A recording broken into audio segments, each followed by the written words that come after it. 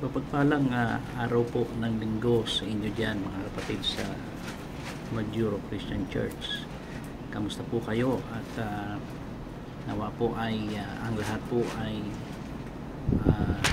maayos at wala pong karamdaman at ang Panginoon ay patuloy na sa atin po ay nagbibigay ng lakas at pag-iingat po at paglago sa ating pananampalataya sa Kanya. Sa araw pong ito ng ating pagsamba sa ating Panginoon Jesucristo ay isang pribilehyo po muli sa akin na kayo po ay muling makasama sa pamagitan po ng video na ito para sa pag-aaral ng Kanyang mga salita.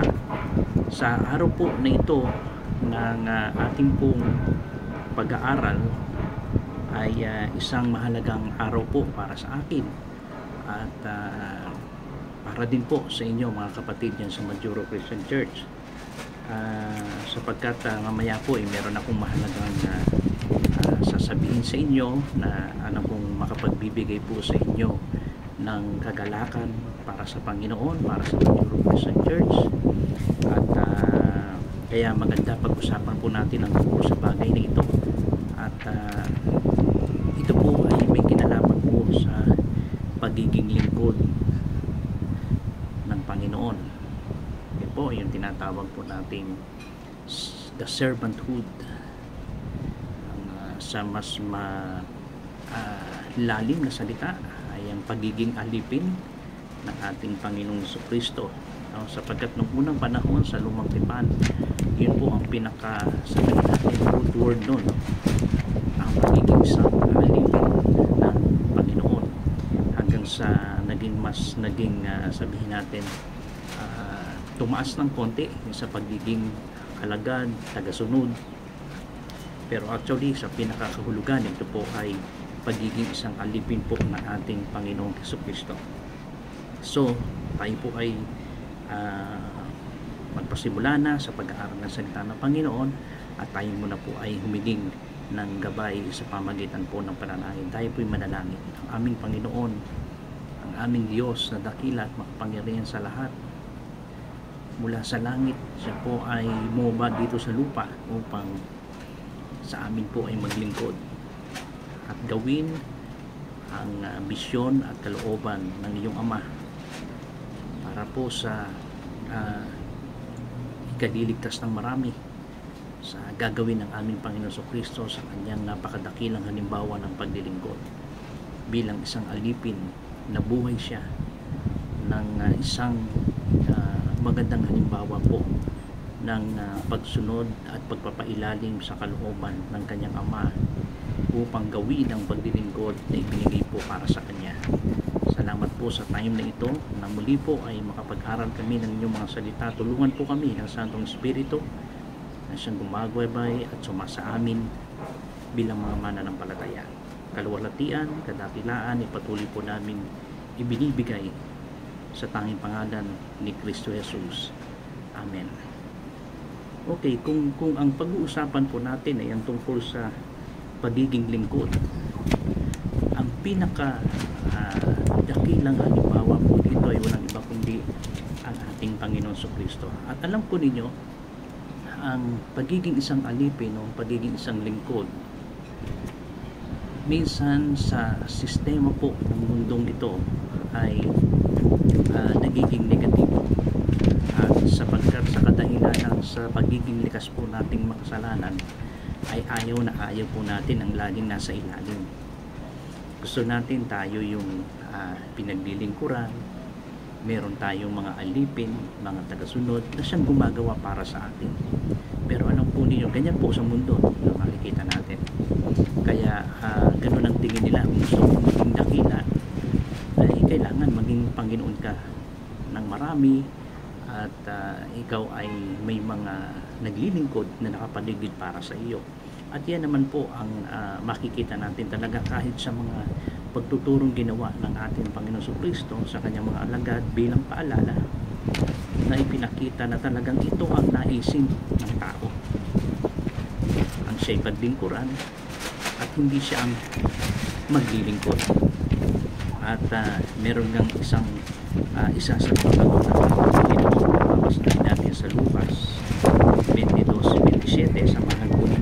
Lucas 22:27. Ito po ang sabi ng Panginoon sa kanyang mga alagad, sapagkat alin ang higit na dakila, ang nakaupo ba sa hapag o ang naglilingkod? Yan ang tanong niya sa kanila. Pero po sa sistema nga po ng mundo ay gaya na sinabi ng Panginoon, hindi ba ang nakaupo sa hapag? Ayan po yung mga gusto natin kung hindi pa natin nakikilala ang Panginoon. Ganito ang gusto ng maraming tao. Kumbaga sa isang handaan ay uupo ka na lang at merong mga maglilingkod po para sa inyo, magsisilbi. Yan ang sa tingin ng mundo, ng tao na dakila. Pero sa Panginoon po ay hindi, sapagkat ang ginawa ng Panginoon, ang sabi niya rito, subalit ako'y kasama ninyo na gaya ng isang naglilingkod. Yan po ang sinabi ng ating Panginoon, kasama ninyo ako tulad ng isang naglilingkod. Hindi siya yung nakaupo lamang and then pagsisilbihan nila. Pero ang iniwan ng Panginoon sa kanyang mga alagad ay para sa Panginoon, para sa Diyos. Ang pagiging isang dakila ay ang naglilingkod para sa lahat. Ito po ang ibinigay na halimbawa ng ating Panginoon, at tahasan din pong sinabi ng Panginoon sa Marcos 10:45. Ito po ang sabi ng ating Panginoon, Mark 10:45. Mark 10 o Marcos 10:45. Ito ang sabi ng ating Panginoon. Marcos 10:45, sapagkat maging ang anak ng tao ay hindi naparito upang paglingkuran, kundi upang maglingkod at ibigay ang kanyang buhay na pantubos sa marami. Napakalinaw ng sinabi ng Panginoon. Hindi siya pumunta rito para paglingkuran siya. Siya'y nagpunta rito upang gawin ang paglilingkod na ibinigay ng Ama sa kanya. At especially po, gagawin niyang pagtubos sa atin. Namatay sa krus, ibinigay ang kanyang sarili at binata ang pinaka mahihirap na bagay, no, sa kabayaran po ng ating mga kasalanan, at siya'y namatay sa krus, inilibing, at pagkatapos ng 3 araw siya'y muling nabuhay, sapagat perpektong paglilingkod ang ginawa ng ating Panginoon Kristo. Napakalinaw na gustong ibigay ng Panginoong Kristo sa kanyang mga alagad, sa kanyang mga tagasunod. Kung gusto mong maging dakila, maging tagapaglingkod ka. Kaya isang pribilehiyo po ito sa Panginoon, na maaaring gawin po natin ang magpaglingkod tayo sa tao, lalo na sa kapwa natin mananampalataya sa Panginoon o sa kanyang ministeryo, sapagkat una na naglingkod ang ating Panginoong Kristo. Sa mundong ito, ang pagsisikap ng tao ay palagi nang nakatuon sa pagiging tanyag. Ang labanan ay para sa unang pwesto, ang pagtataas sa sarili. Ang layunin ay upang maging pinakaamo ng lahat. Ibinigay na halimbawa ng ating Panginoon sa pamagitan ng kanyang buhay at turo, ang isang nababagong paraan na ang mga alagad ay nagtatalo kung sino sa kanila ang pinakadakila. Itinuwid sila ni Jesus sa pamagitan ng pagsasabing, ang sino mang ibig maging una ay dapat maging huli at lingkod ng lahat. Marcos 9:35. Kahit ang mga alagad po ay ipinakita ang talagang desire nila, ang kahinaan nila, na gusto talaga nila maging una. Diba na-request pa nga ni Salome, na nanay ni Juan at ni Santiago, sa Panginoon, ang kahilingan niya para sa kanyang 2 anak, na kapag siya ay nasa lugar na ng kadakilaan, ay paupuin niya ang kanyang 2 anak sa lugar ng kadakilaan, isa sa kaliwa at isa sa kanan. So itinuwid dito ng Panginoon. Gusto niyo bang maging dakila talaga?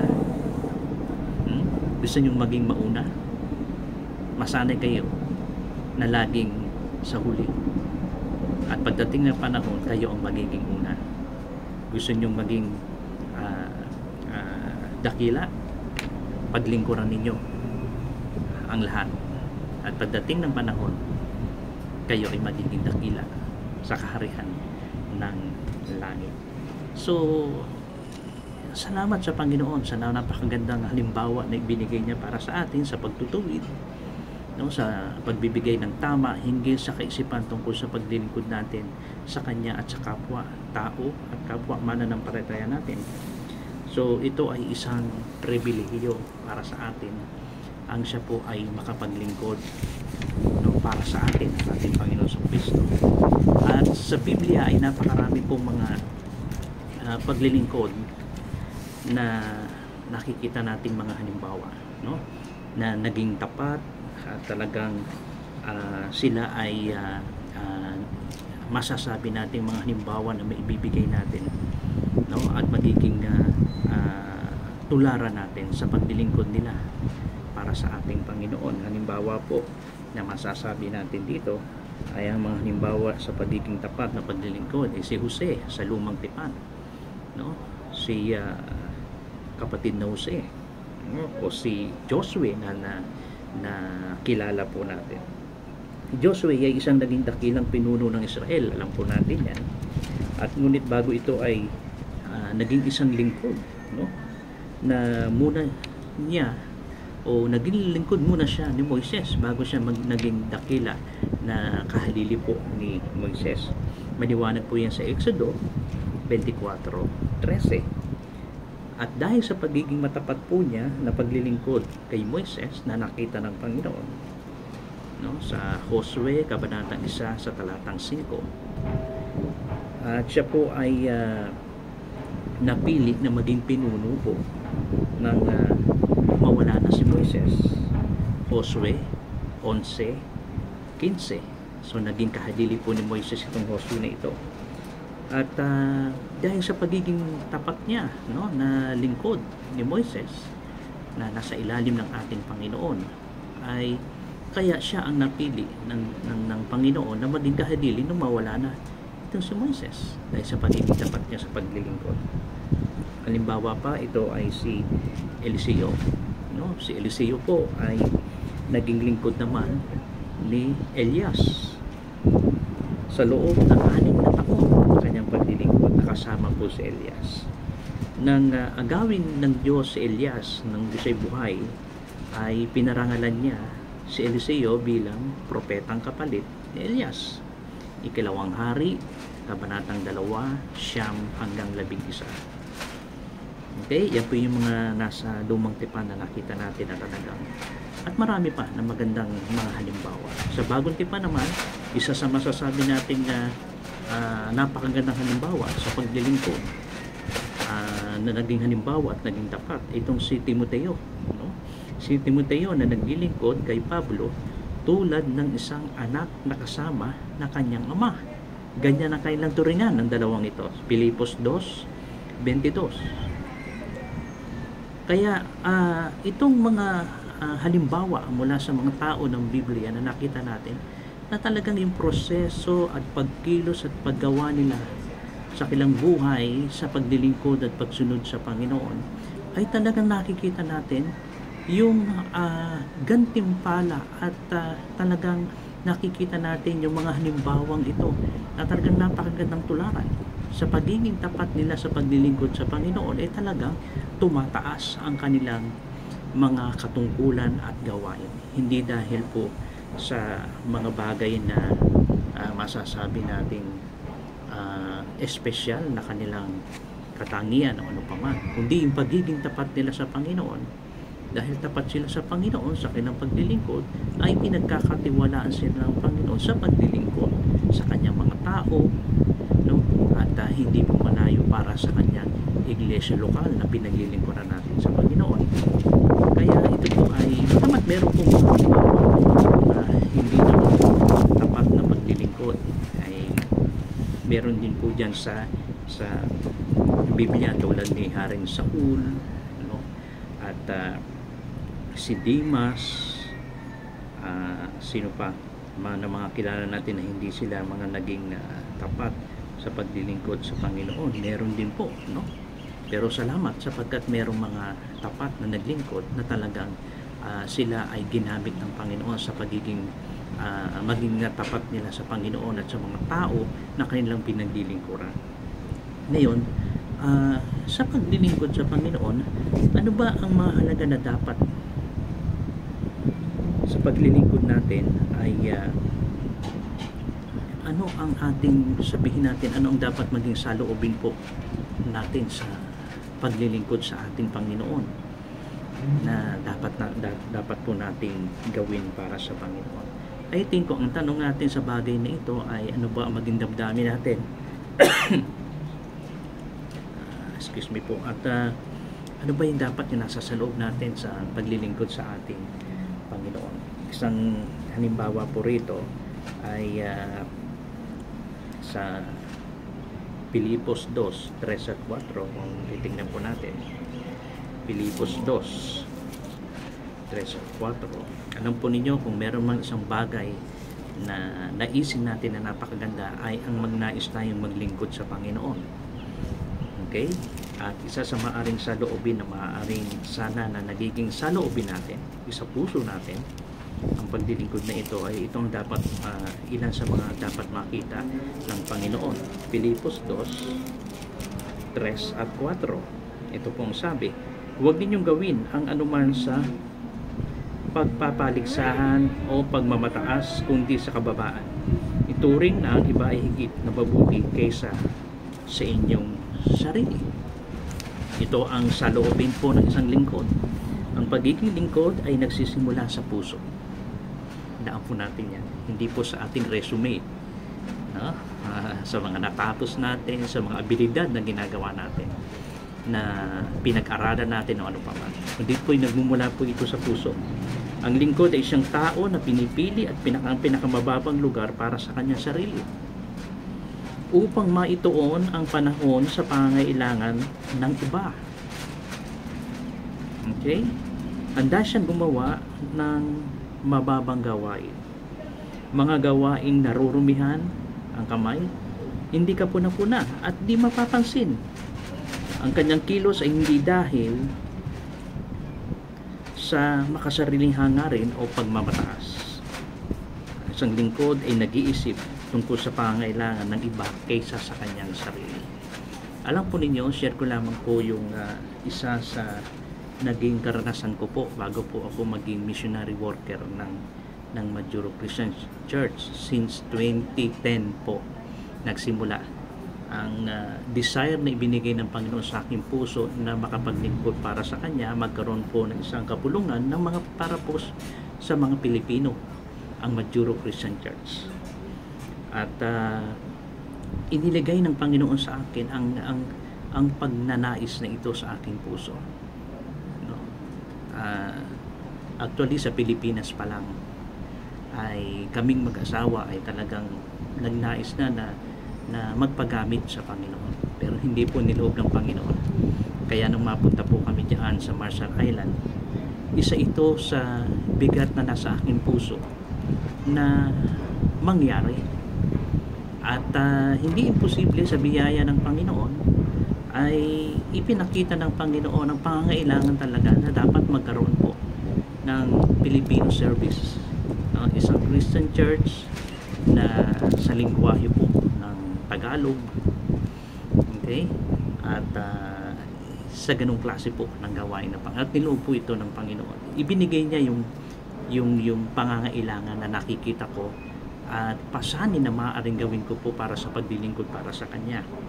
At sa himala ng Panginoon ay nangyari nga mula 2010 hanggang sa ngayon po na mayroon po ang Majuro Christian Church. So inilalagay po ng Panginoon sa ating puso ang paglilingkod na ito, no?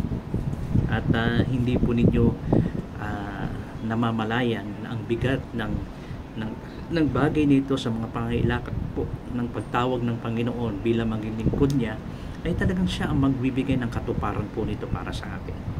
Tandaan po natin, ito'y nagmumula sa ating puso. Na handa ka na gawin ang sabihin natin yung nasa mababang posisyon, no? Gawin ang mga bagay na alam natin mahirap. Gawin ang mga bagay na alam natin karaniwan ay ayaw gawin ng nakararami.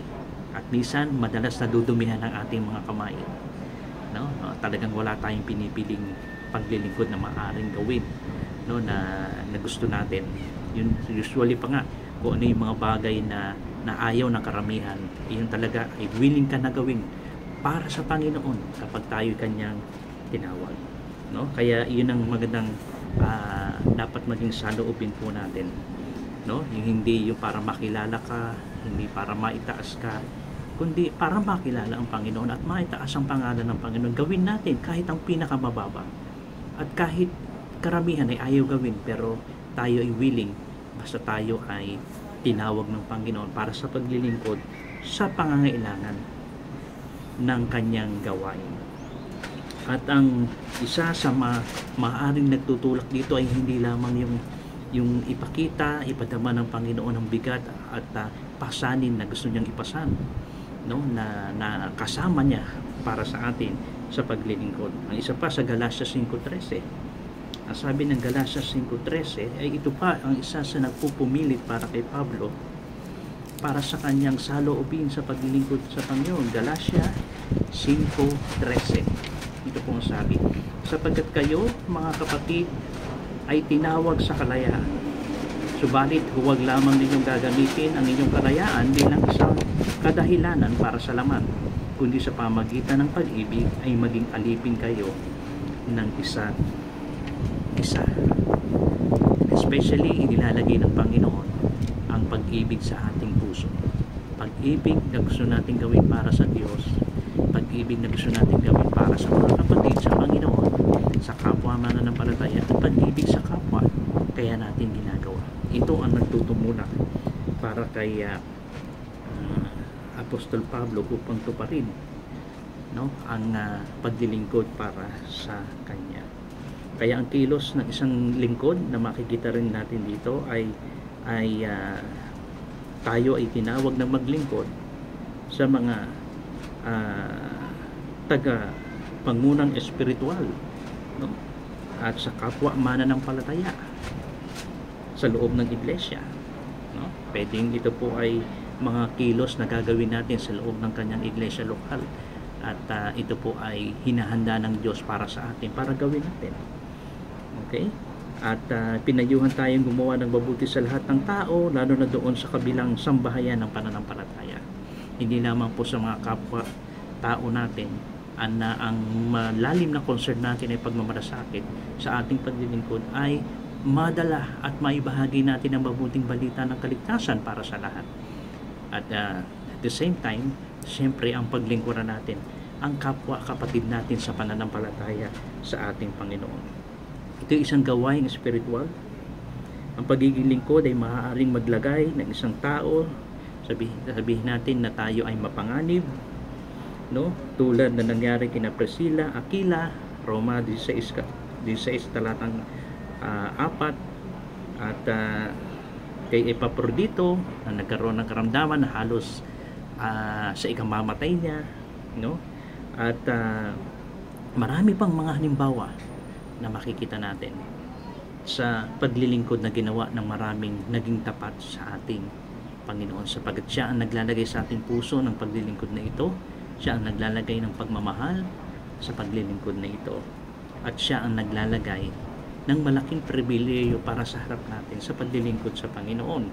Kaya napakahalaga po ng bagay nito. Pero salamat sapagkat ang isa sa halimbawa na makikita natin sa paglilingkod na ito ay walang iba ang ating tutularan, walang iba kundi ang ating Panginoong Hesukristo.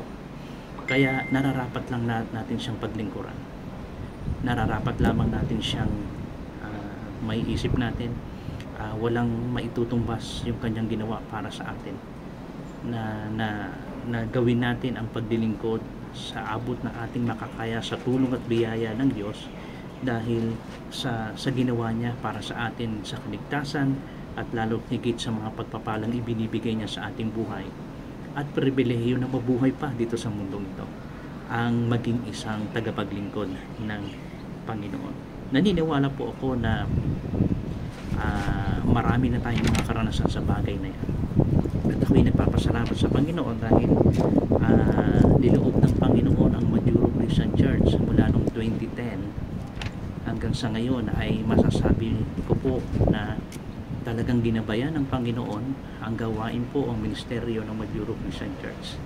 At kalahati na po ng buhay ko ang ministeryo po diyan sa Marshall Island, ang Majuro Christian Church. At salamat sa Panginoon dahil may mga kasama po tayo diyan na talagang saksi po sila nung magpasimula ang gawain ng Panginoon diyan sa Marshall Island.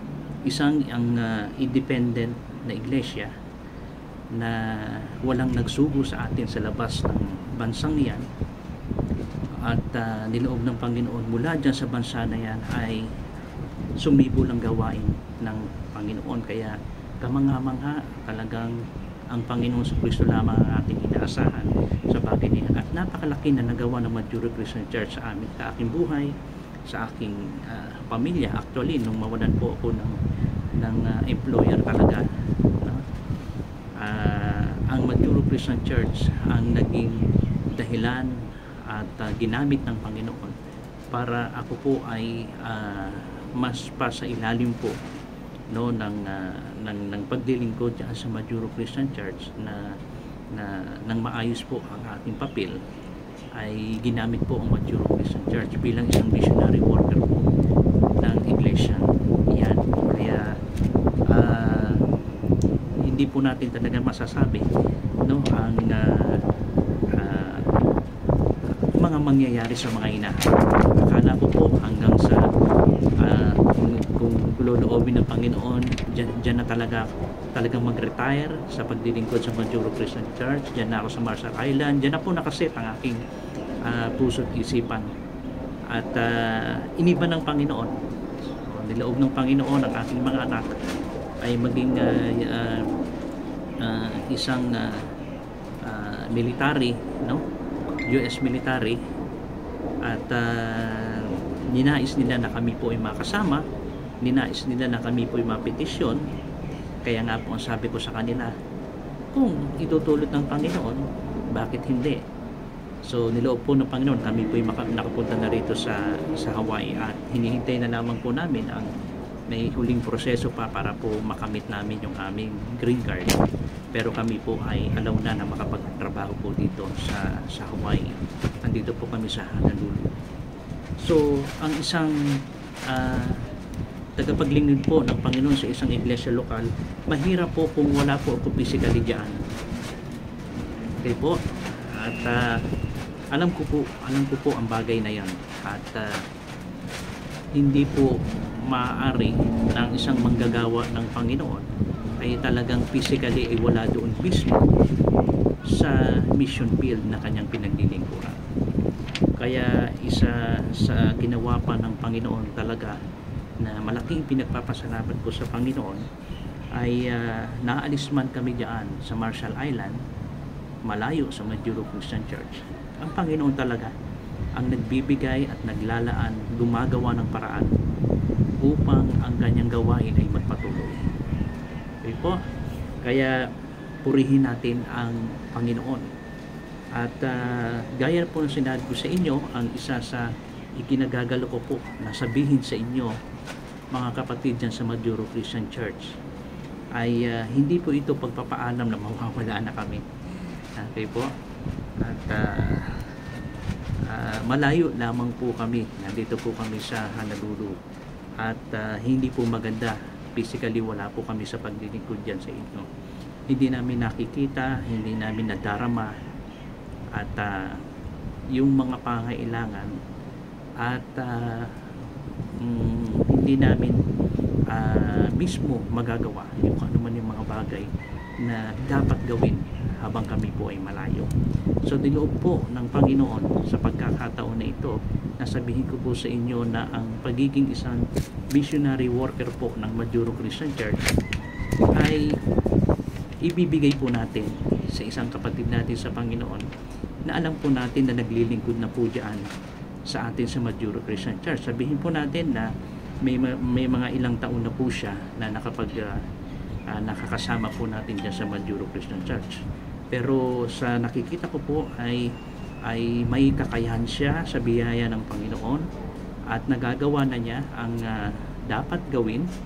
So para mas lalo niyang magawa ang paglilingkod na ito sa Panginoon sa Majuro Christian Church, at willing naman po siya na gawin ang paglilingkod na ito. Ito ang isa sa napakaganda po na ipinagpapasalamat natin sa Panginoon. Hindi siya napilitan, hindi siya punersa, no? Hindi ko po siya tinakot, okay, kundi nakuha po sa panalangin at nakuha po sa ilang mga pagpapaliwanag. At sa biyaya ng Panginoon, siya ang nagpahinog sa kapatid na ito para gawin ang paglilingkod bilang isang missionary worker ng Majuro Christian Church. No, inuulit ko po, napakahalaga at nagpapasalamat tayo sapagkat nandyan siya sa inyo at katulong na ninyo at kasama na ninyo sa paglilingkod sa Majuro Christian Church. Ang ating pong kapatid na Hernandez, po, pasensya na po kayo dahil ito ay video. Kung ito po sana ay talagang live, ay napakaganda na makita ko po yung mga reaction po ninyo na talagang kayo po ay masaya at natutuwa at hindi nyo na madadama na malayo ang inyong pong manggagawa, ang worker ng Panginoon, at meron po kayong kalungkutan. Huwag na po kayong malungkot sapagkat kasama na po ninyo ang bagong missionary worker po ng Majuro Christian Church, ang ating kapatid na Hernandez. Okay, pinupuri natin ang Panginoon sa araw pong ito, sa petsang ito ay dinideklara po natin ang ating kapatid na Hernandez ang siyang magiging missionary worker po ng Majuro Christian Church. So sa gayon po ay umaasa po ako na gaya ng inyong pagmamahal, gaya ng inyong pagtulong po sa akin at sa aking pamilya, ay maibigay po ninyo sa kanya ang suporta na mahaling maitulong nyo po para sa kanyang paglilingkod diyan sa Majuro Christian Church. Kaya po yung mga matitigas ang ulo po ay medyo bawas-bawasan nyo na po. At umaasa po ako ay yung pagmamahal, pagtulong na naranasan namin sa Majuro Christian Church ay talagang maibigay po ninyo sa ating kapatid na Hernan. No, huwag po siyang madala, kundi ma-encourage siya at ma-encourage siya sa paglilingkod at ipagpatuloy po ang gawain ng Panginoon diyan. So paplano na po kayo, makakapag-usap na kayo kung ano yung mga plano ninyo sa mga dating na mga panahon, tulad ng nalalapit po nating anniversary sa November 9, ay o kung meron kayong plano dito sa pagdating po ng Christmas season, ano man po ito, ay nandyan po ang ating kapatid na Hernan at ang ilang mga kapatid natin na kasama niya na kalalakihan na tumutulong po sa gawain ito. Ay umaasa po ako na talagang magkakaisa-isa po kayo at tulong-tulong kasama ng ating kapatid na Hernan para po sa gawain ng Panginoon. Uulit ko po, ang ating pong missionary worker ng Majuro Christian Church ngayon po ay ibinibigay po natin sa ating kapatid na Hernandez. At umaasa po ako, kasama po kayo lagi sa aking panalangin. Babalitaan po ninyo ko sa mga bagay na nangyayari diyan. Nandito lamang po kami sa Honolulu. Pwede nyo po kaming message at gaya ng nasabi ko po kay kapatid na Hernan na willing po ako, no? Kung may hilingan po ninyo ako na paminsan-minsan ay magbigay pa rin ng sermon, paminsan ay kung kailangan ng mga teaching every Friday sa prayer meeting o anuman po ito, ay ipaalam nyo lamang po sa akin, dahil isa sa kadahilanan ay talagang iba po yung ating araw at oras dito, kaya hindi po ako makapag-live po sa inyo. Tandaan po ninyo, no, ang inyo pong Kuya June at Elisel ay palagi po kakaisa po tayo sa espiritu, nagkakaisa po tayo ng mga layunin po diyan sa Majuro Christian Church na ipagpapatuloy po, no, sa tulong ng ating kapatid na Hernan na yun pa rin ang pinaka-purpose po ng Majuro Christian Church, no, na ma-exalt ang pangalan ng ating Panginoong Kristo, ma-edify ang mga saints, ang mga kapatid sa Panginoon, at ma-proclaim po ang mabuting balita ng Diyos sa Marshall Island at sa marami pang lugar. Kaya ikinagagalo ko po at congratulate po ang ating kapatid na Hernan na ibinibigay ko na po sa kanya ang responsibilidad ng pagiging isang missionary worker ng Majuro Christian Church. At this time, no, na kapatid, nandito lang kami, no, i-message mo kami kung ano man ang maaaring may itulong namin sa inyo dyan sa Majuro Christian Church. Inuulit ko po, mga kapatid, nandito lamang po kami, no? At handa pa rin at kasama ninyo kami sa panalangin, sa layunin ng Majuro Christian Church ay kaisa pa rin kami, no? Kaya ikinagagalak po natin na muli po na ang Majuro Christian Church ay magpapatuloy po ng gawain at tulong-tulong po kayo dyan, sama-sama sa pagkakaisa, kapayapaan at pagmamahal na may pangaral ng mabuting balita ng kaligtasan, lalo na po sa mga kapwa natin Pilipino, no? Maging kaisa po tayong lahat, maging isang tagapaglingkod tayo ng ating Panginoong Kristo, na nasa ating puso, no, ang pagnanais na maging lingkod niya at sa ikaluluwalhati ng ating Panginoon para sa kanyang gawain. Maraming salamat po sa inyo. Okay? At wag po kayong mag-alala, magsesend pa rin po ako ng ilang mga teaching, sermon, para po kung ang masyadong busy ang ating kapatid na Hernan, meron po kayong maaaring maisingit, no, na mga teaching at sermon na galing po sa akin na maaaring makatulong po para sa inyo. Basta po message lamang po kayo, babalitaan po ninyo kami ng mga bagay na nangyayari po dyan sa Majuro Christian Church. Salamat po sa napakagandang relasyon, sa napakagandang pagtulong po ninyo sa amin sa panalangin hanggang sa makapunta po kami dito sa Honolulu. Salamat po sa pagmamahal na ibinigay po ninyo sa amin. Hindi ko po namin kayo makakalimutan. Inuulit ko po, kalahati na ng buhay ko, no, na kasama ko kayo sa bilang isang family church, ang Majuro Christian Church. Kaya imposible pong kayo ay makalimutan namin. At kung meron mang pagkakataon na makabalik kami diyan kahit pumasyal, ay talagang pipiliin namin na makapasyal po dyan upang makasama po kayo muli kahit sa mga ilang sandali. Salamat po mga kapatid, at purihin natin ang Panginoon sapagat siya ang dakilang tagapaglingkod na isang buhay na halimbawa hanggang sa ngayon na maaari po nating tularan. Isang pribilehiyo po na ako'y makapaglingkod sa Panginoon, no, kasama ng Majuro Christian Church sa mahabang panahon. Lagi po tayo magdalangin sa Panginoon at patuloy nating paglingkuran siya. Patuloy natin siyang bigyan ng parangal sa ating mga buhay. So mga kapatid, muli po ang aking pasasalamat, muli po ang aking patuloy na dalangin sa Panginoon, ang pagpapala at pagpapalago ng Panginoon sa gawain po ng Majuro Christian Church. Maraming salamat po. Tayo po'y manalangin sa Kanya. Salamat po Panginoon sa inyong mensahe na ibinigay sa amin. Salamat din po sa bagong tagapaglingkod na ibinigay po ninyo sa Majuro Christian Church, ang aming kapatid na Hernan Hernandez.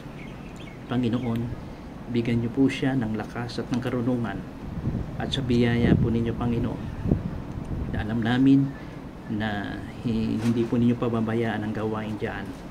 Patuloy na kayo po ay makilala, Panginoon.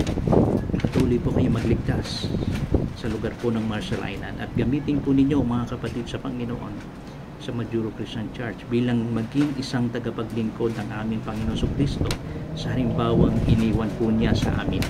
Maraming salamat sa pagmamahal. Maraming salamat sa mga alaala. Maraming salamat sa mga pagpapala sa panahon ng mga pangailangan, at sa panahon, Panginoon, na talagang ikaw ang laging tumutulong po sa amin. Pinupuri ka namin at pinasasalamatan at pinararangalan Maraming salamat po sa lahat ng ito. Ito pong aming dalangin sa pangalan ni Kristo Jesus. Amen. Muli po, pagpalain po tayo ng ating Panginoon Kristo. Maraming salamat po sa inyong lahat.